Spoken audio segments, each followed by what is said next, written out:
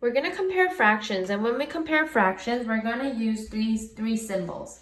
So we want to see if 2/6 is greater than, less than, or equal to 2/3. And I'm going to show you a few strategies. The first way is the fraction area model, just when we draw it out using our squares. So I'm actually just going to draw two area model boxes the best I can, and I know my first one is going to represent 2/6. And how do I know that? The fraction is right here. I want to draw it out first. I know that it has to be cut into 6 equal parts because that's what my denominator tells me. So I'm going to cut it into 6 equal parts.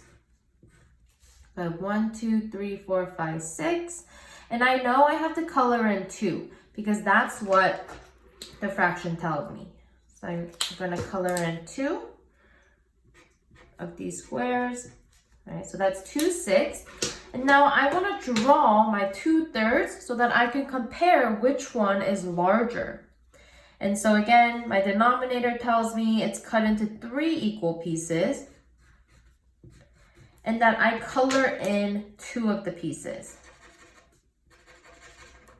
So now when I look at my drawing, I can obviously tell that 2/3 is actually bigger than 2/6.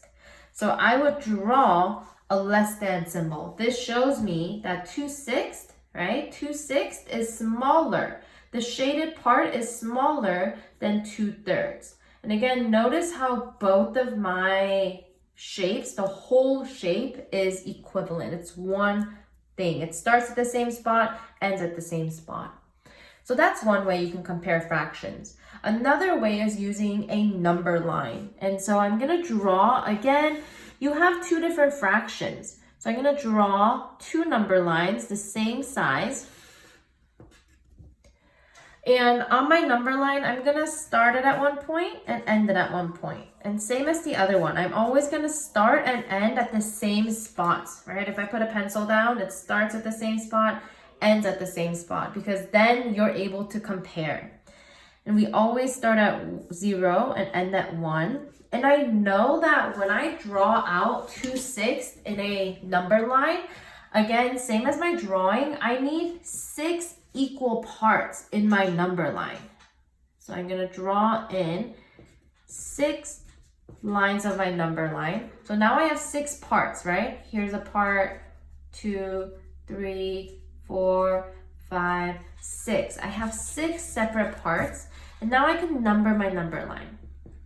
1, 6, 2, 6, 3, 6, and I'll zoom in a little. 4, 6, 5, 6, and we know that one whole is the same thing as 6/6. So now I can take my number line and plot down 2/6. It's right there.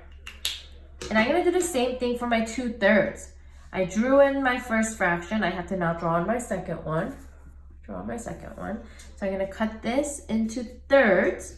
So I have one part here, another part here, another part here, and now I can number it again.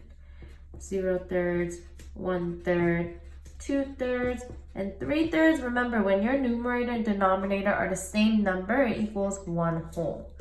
And again, I can take my marker and show where 2/3 is. And now, since we started at the same spot and ended at the same spot, you could tell that 2/3 is actually larger than 2/6.